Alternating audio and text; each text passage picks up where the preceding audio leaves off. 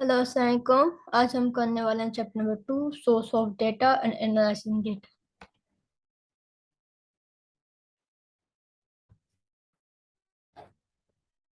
Basically जो source of data and analysing data जो है हमारा, वो 60% आपका कैलकुलेशन बेस्ड है और 40% आपका थ्योरी बेस्ड है। ठीक है। अब इसमें हम जो कवर करने वाले हैं टॉपिक्स वो हैं हमारे इंटरनल एंड एक्सटर्नल डेटा और sampling, big data, average data, measure of speed, expected values और नॉर्मल डिस्ट्रीब्यूशन। जो डेटा हमारा होता है ना, data is a raw material for data processing. अब वो डेटा प्रोसेस होता है हमारा और देन हमारे पास क्या आती है, इंफॉर्मेशन आती है। अब नाउ पॉइंट इज डेट, ये जो डेटा है हमारा वो आता कहाँ से, किस नोयत का होता है, तो वो जो सारी बातें हैं ना, वो हम इस चैप्टर में कवर करने वाले हैं। ठीक है। अब types of data, primary data होता है हमारा और सेकेंडरी डेटा होता है। अब नाम से ही पता चल रहा है कि जो डेटा है हमारा फर्स्टली टेकन होगा, लाइक जो पहले वाला, और सेकेंडरी यानी कि उसके बाद। Primary data is obtain from first standard source by means survey, observation and experimentations. अब इसकी एक एग्जांपल ले लेते हैं कि मुझे ना आदमशुमारी करवानी है। उसमें मुझे मालूम करना है कि कितनी फीमेल्स हैं और कितने मेल्स हैं। ठीक है।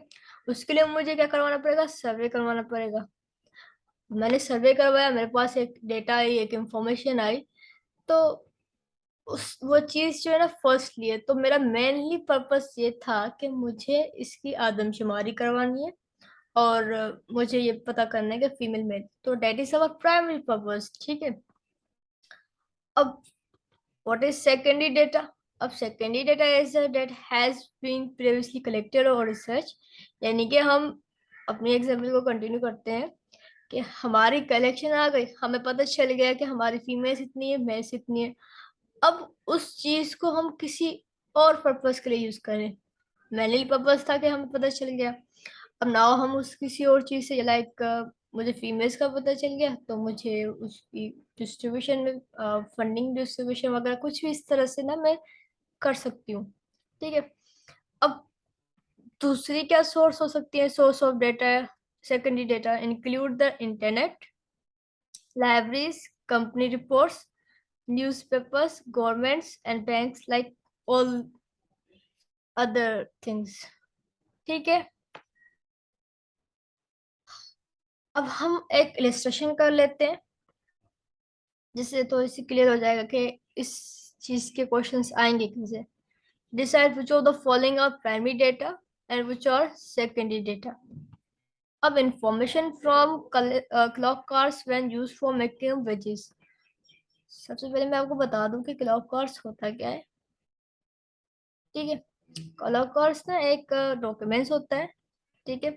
उस पे जो है ना हमारे एम्प्लॉयज कब आए, कब गए और चीजें उस पे की जाती हैं, तो वो क्लॉक कार्ड्स है। अब यहाँ पे ना उस चीज, इस इंफॉर्मेशन को यूज किया जा रहा है मेकिंग अ वेजेस, और that is our primary purpose. अब B, data from a government publication on toy industry used by a new toy shop to determine which is them to stock। अब देखें, एक data था जो government publishing एक toy industry का था। अब उस वाले डेटा को हम अपने नए टॉय शॉप के लिए कर दें, that would be our secondary. ठीक है। सी, expense claims forms submitted by sales representatives used to estimate the car mileage they have traveled। अब हमारे जो एक्सपेंस जो क्लेम्स किए गए हैं, उस वाले डेटा को हम यूज कर रहे हैं अपने कार माइलेज के को चेक करने के लिए, तो that would be our secondary, क्योंकि एक डेटा हमने एक्सपेंस क्लेम्स करने के लिए कर लिया था ना, तो उसी वाले को हम किसी और पर्पज के लिए यूज कर रहे हैं, तो ये हमारा second. Results of an election opinion poll publish in newspaper, ये हमारा प्राइमरी है, क्योंकि सोलली पर्पस हमारा क्या होता है कि इलेक्शन के पोल्स हुए ना, तो वो न्यूज़पेपर में पब्लिश हुई है।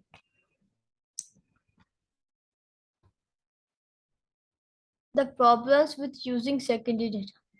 अब सेकेंडरी डेटा में क्या मसले हो सकते हैं?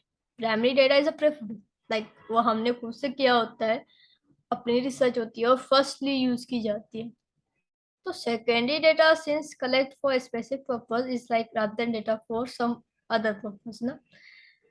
Some of the problem with secondary data are this data has been collected by someone else. अब let's suppose मैं किसी इंटरनेट से डेटा ले रही हूँ, तो वो किसी और ने सबमिट किया होगा, किसी और ने कलेक्ट किया होगा, ठीक है। अब उस डेटा पे मेरा कंट्रोल नहीं है, there is no control over how it was collected, ठीक है। if a survey used was a suitable questionnaire used, अब किसी ने सर्वे करके ये बनाई ली रिपोर्ट, ठीक है, क्या उस उस हिसाब से उसने क्वेश्चंस पूछे होंगे, लाइक क्या ये रिलायबल है जो मैं जिस चीज के लिए यूज कर रही हूँ? तो इसमें से ये क्वेश्चंस आ सकते हैं हमारे, ठीक है। Is the data up to date? क्या ये जो डेटा मैंने लिया है इंटरनेट से, क्या जब वो अ, जब 2018 में बनाई गई थी रिपोर्ट, उसके बाद से इसको किसी ने छेड़ा है, इसको अपडेट किया है? इसमें जो फ्लक्चुएशन है या कुछ भी, अगर मैंने अगर मैं सर्च करती हूँ किसी चीज की प्राइस, ये प्राइस अभी भी वही है या फिर अपडेट है? तो इस तरह की कुछ चीजें या फिर और चीजें भी आ सकती हैं कि वो डेटा अपडेट है या नहीं है, तो इसके सेकेंडरी डेटा के ये प्रॉब्लम्स हो सकते हैं। और दूसरी बात, द डेटा में भी इनकम्प्लीट, शायद डेटा में अनकम्प्लीट हो, ठीक है। What is data is actually seasonally adjusted या एस्टिमेट और projection. The reasons for collecting data में बी अननोन, ठीक है। अब बाकी आप इस चीज को ना एक प्लान रीड कर लीजिएगा, इस सारे को, ठीक है। उससे आपको थोड़ा सा समझ आ जाएगा ना कि एक्चुअली सेकेंडरी डेटा के मसले क्या होते हैं। अब हमारे पास है discrete data and continuous data. अब discrete data is like opposite of continuous data. Discrete data होता है क्या है? डिस्क्रीट डेटा वो होता है जो काउंटेड हो, like discrete data can only take in certain values. For example, the number of students taking a course, there cannot be half. जो डिस्क्रीट डेटा वो होता है जो काउंटेड हो, ठीक है, और जिससे वाजे पता चल रहा हो, हम उसको गिन सकते हो, तो उसको डिस्क्रीट डेटा कहते हैं। Continuous data is unbroken data that has no gaps. Like it is continuous data is a measured term. It's used for measured term. For example, time and distance. ठीक है।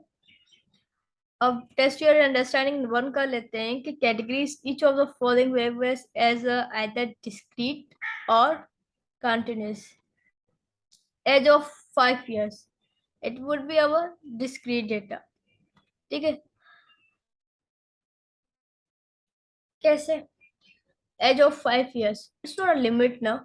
अब ये 5.5 भी हो सकती है या फिर 6, तो ये हमारा कंटिन्यूअस डेटा हो गया। टाइम ऑफ 2.5 years, अब 5 hours, ये भी हमारा कंटिन्यूअस डेटा हो गया, बिकॉज टाइम की भी तो लिमिट नहीं होती, टाइम कभी 3 4 भी तो हो सकते हैं ना। आउटपुट ऑफ 12 kg, 12,000 kg, ये हमारा डिस्क्रीट डेटा है। ये आ गया 12,000 आ गया, ठीक है, तो ये इट्स अ काउंटेबल थिंग। और output of 5,000 units, it is also discrete because it is a countable thing. अब हमारे पास आता है internal source of information and external source of information. सबसे पहले हम इंटरनल सोर्स ऑफ इंफॉर्मेशन कर लेते हैं। Internal source of information basically आपके जो ऑर्गेनाइजेशन में जो इंफॉर्मेशन है ना, उसकी जो सिस्टम्स वगैरह उनका जो डेटा है वो हम कलेक्ट कर रहे होते हैं, तो उसको इंटरनेट बोल रहे होते हैं। से अब उसमें से जो पहला टर्म आता है ना, अकाउंटिंग सिस्टम आता है। अकाउंटिंग सिस्टम क्या होता है? Accounting system will collect data from source of documents such as the invoices, timesheets and journal entries. तो उसके examples like sales analyzed by product will be help management to assess the patterns of demand for each product. अब हम ना, एक sales हमारी हुई है, हम उस चीज को ना एनालाइज करें पैटर्न कि हमारे इस मंथ में कितनी सेल्स हुई थी, आगे के मंथ में कितनी सेल्स हुई थी। तो उससे क्या होता है कि हमें हमें पता चल जाता है, हमें मदद मिल रही होती है कि हम किस तरह से प्रोडक्शन प्लान करें, कितना इन्वेंट्री लेवल रखें। In turn production information will be enable to organisation plan is requirement for raw materials, labour, machine hours. ठीक है, इंफॉर्मेशन और मटेरियल्स। अब मुझे समझ आ गई कि यार इतने इतने हमारे यूनिट्स बनते हैं, तो हमें इतना मटेरियल चाहिए, लेबर चाहिए, तो हमें उस तरह से बजटिंग करने में इजी रहता है। अब हमारा सेकंड सिस्टम आता है पेरोल सिस्टम। पेरोल सिस्टम जो होता है बेसिकली हमारा, हम अपने लेबर्स को वेजेस पे कर रहे होते हैं। तो इसमें से जो इंफॉर्मेशन होती है लेबर कॉस्ट होती है, आवरली जो पेड किया जाता है या फिर मंथली। तो hours paid were analyzed into productive and non-productive such as training, sick leave, holiday, and idle time. Labor turnover by department. यहाँ पे इसका मतलब ये है कि हम हमारे कितने एम्प्लॉयज छोड़ के गए हमें और कितने आए, उसका जो एवरेज बनता है उसको लेबर टर्नओवर बोलते हैं। और manager may be analyzed and may help management to assess the employment and motivation policies. Strategic planning system. ये जो है ना, may be provide information relating to the organization's objective and targets. अब ये जो होता है ये हायर लेवल पे होता है, ये डिसाइड कर रहा होता है कि ऑर्गेनाइजेशंस के इस बार क्या ऑब्जेक्टिव है और कितने टारगेट्स हैं, लाइक वो हमें अचीव करने होते हैं। तो उस तरह की जो प्लानिंग वगैरह हो रही होती है ना, उस सिस्टम को हम स्ट्रेटेजिक प्लानिंग बोल रहे होते हैं। अब benefits and limitations of internal source. Benefits क्या हो सकते हैं? रेडिली अवेलेबल डेटा होता है। ठीक है, data can be easily sorted and analyzed. Reports can easily be produced when required. Data relates to organizations concerned. Limitations इसमें क्या हो सकती है कि data may need to be further analyzed to be use of management accounting. It is a limitation.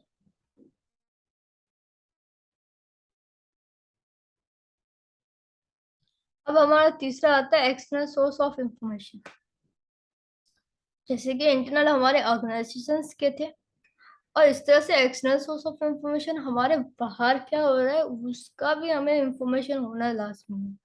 ठीक है, businesses are finding it increasingly difficult to success if they ignore external environment which influence their activities. The process known as environmental scanning, मैं highlight कर लेती हूँ इस चीज को, environment mentoring.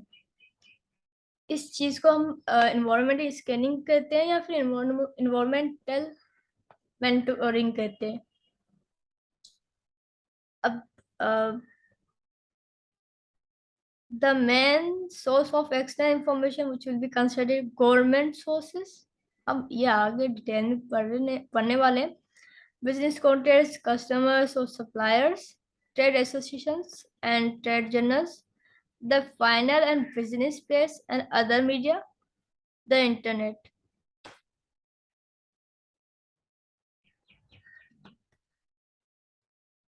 Government source. अब गवर्नमेंट सोर्सेस क्या होती हैं? There is a wealth of published statistical data covering many aspects of nation economy, population, manpower, trade, agriculture, price level, capital issue and similar.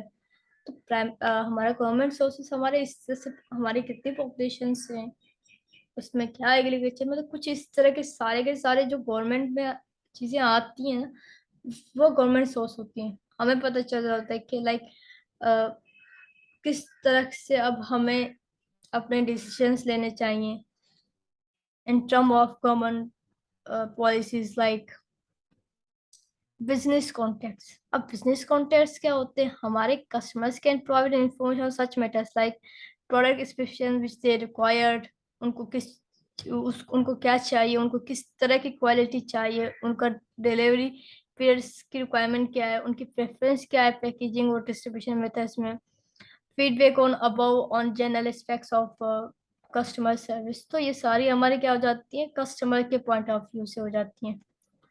अब सप्लाई के point of view से क्या हो जाती है, मतलब कि हमें क्वांटिटी डिस्काउंट कितना देगा, एंड वॉल्यूम रिबेट्स व्हिच में help organisation to decide on order size, availability of product and services, ये वाली सारी इंफॉर्मेशन आ जाती है। अल्टरनेटिव प्रोडक्ट्स और सर्विस व्हिच में भी एबल और बिकम अवेलेबल, टेक्निकल स्पेसिफिकेशन। अब इंश्योर्स हमारा सप्लाई क्या होता है कि वो बता रहे होता है कि यार अ, आप इतने पे इतना ऑर्डर करोगे ना तो हम आपको ये डिस्काउंट देंगे। तो इस चीज का भी नॉलेज होना चाहिए। अब जो चीज हम मंगवा रहे हैं क्या उसके पास है या नहीं, अगर नहीं है तो उसकी कोई अल्टरनेटिव है, या फिर कोई चीज आ गई है, अगर टेक्निकल कोई चीजें हैं तो उसमें से चीजें न्यू कोई इशू हुई है, तो वो सारी बातें हमें इंफॉर्मेशन जो है हमारे सप्लायर से मिल सकती है। ट्रेड एसोसिएशंस एंड जर्नल्स क्या होते हैं, most major industries have their own trade associations like representing their member firms in legal and other disputes, providing quality assurance scheme for customers of member, laying down course of practice to be followed by their member organizations, publishing trade journals and other information useful for management and development their businesses. uh, हम example ले सकते हैं कि trade associations क्या होते हैं कि जिसके uh, हमारे कॉम्पिटिटर्स वगैरह इसके ना वो एक ना पॉलिसी सेट करती हैं। सपोज करो कि हम एक कोक है, ठीक है, जिसकी प्राइस 8 है और पेप्सी है वो 10 है। अब ठीक है, ये दोनों आपस के ना वो है, सब्स्टिट्यूट है। अब इन दोनों की 10 कर देते हैं, ठीक है। अब अगर ये पेप्सी अपनी प्राइस बढ़ाएगी तो कोक ऑटोमेटिकली क्या कर देती है, अपनी प्राइस कम कर देती है फॉर कस्टमर को अट्रैक्ट करने के लिए, वो ज्यादा सेल करने के लिए। अगर इसने पेप्सी ने ऐड कर दिया, चेंज कर दिया, तो कोको कोला ने ऐड कर लिया, ठीक है। अब पेप्सी क्या करेगी, उससे कुछ ज्यादा कम करेगी, तो वो शायद 6 कर सकती है। अब इसने 6 किया तो कोक को कम करना पड़ेगा, क्योंकि उसकी स्ट्रेटजी आती आ रही है कि वो अगर पेप्सी बढ़ाता है तो कोक अपनी जो चीज होता है वो कम करता है प्राइस। तो अब यहाँ पे ना डिस्प्यूट पैदा होता है, तो वो ट्रेड एसोसिएशन इस चीज को ना कंट्रोल में करती हैं कि भाई देखो आप अपनी क्वालिटी इंक्रीज कर दो ये वगैरह। तो अदरवाइज ये तो इस तरह से तो लॉसेस हो सकते हैं ना बिजनेस में। अब हमारे पास आता है financial presses, business presses and other media. इस लाइक का हमारा जो न्यूज़पेपर वगैरह नहीं होता उस तरह से होता है कि हमें अपनी फाइनेंशियल चीजों का कहाँ से पता चल रहा है, इकोनॉमिक न्यूज और कमेंट्री, इस तरह की जो चीजें हैं वो सारी हमें ना फाइनेंशियल क्राइसिस बिजनेस न्यूज़पेपर से पता चल रही होती है। अब आता है द इंटरनेट। अब द इंटरनेट क्या हो सकता है, we all similar with internet. तो उसकी देखें आपका यूट्यूब गूगल ये सारी चीजें आपको किस में आ जाती हैं, इंटरनेट में आ जाती हैं। अब वीकनेस ऑफ इंटरनेट क्या हो जा सकती है, there is no overall authority और control for what is include on internet. ठीक है, अब हमें नहीं पता कि किसने क्या पोस्ट किया, कितना क्या किया, तो वो कंट्रोलेबल नहीं है, ठीक है। तो ये वाली बहुत बड़ी इसकी जो है ना, मैं मान सकती हूँ कि वीकनेस है। किसी का भी कुछ भी हम वो पोस्ट कर देते हैं, तो इस इंटरनेट पे ना प्राइवेसी सम काइंड डिस्टर्ब भी हो सकती है। Any data accessed from internet could be altered, so there is a possible for inaccurate data to be used. अब जो इंटरनेट पे डेटा अगर किसी ने पोस्ट किए, जरूरी नहीं है कि वो सही हो, काफी सारी फेक भी होती हैं। Much of what is availability on web is little or no value, and website can be changed location and leave no forwarding address. Most of information on web can be accessed for free, but cost of building and maintaining and upgrading the systems are sufficient and likely to increase as a more information available. Strengths of internet. अब internet की strengths क्या हो सकती है? पहले तो one of the web strongest is availability to provide current timely and localized information. Or the web's interact capabilities provide functions not possible through a standard print source. अच्छा, तो हमारे इन शॉर्ट ये सारा ये बोल रहा है कि हमारी जो स्ट्रेंथ है वो हमें एक तो टाइमली वो प्राइवेट कर देता है इंफॉर्मेशन जब भी हमें चाहिए, तो इट्स लाइक टाइम सेविंग। तो इसको आप एक बार ना प्लेन रीड कर लीजिएगा। अब इसके हम बेनिफिट्स और लिमिटेशंस भी पढ़ लेते हैं। अब बेनिफिट्स क्या है? Wide expense of external source of information, easily accessible especially using internet, more general information available, can source specific information needs। और limitations क्या है? data may not be accurate or reliable, finding relevant information can be time consuming। अब suppose करो कि मैंने कोई चीज search की, मेरे पास इतनी सारी वेबसाइट आ गई, अब मुझे क्या पता, अब उसको फिल्टर करने में ना काफी टाइम कंज्यूमिंग होगा, और रेलिवेंट इंफॉर्मेशन निकालना भी काफी थोड़ी सी मुश्किल, उसका टाइम ज्यादा कंफ्यूज होगा। ठीक है, तो आज के लिए हम इतना ही करते हैं, बाकी हम दूसरी वीडियो में करेंगे। अल्लाह हाफिज।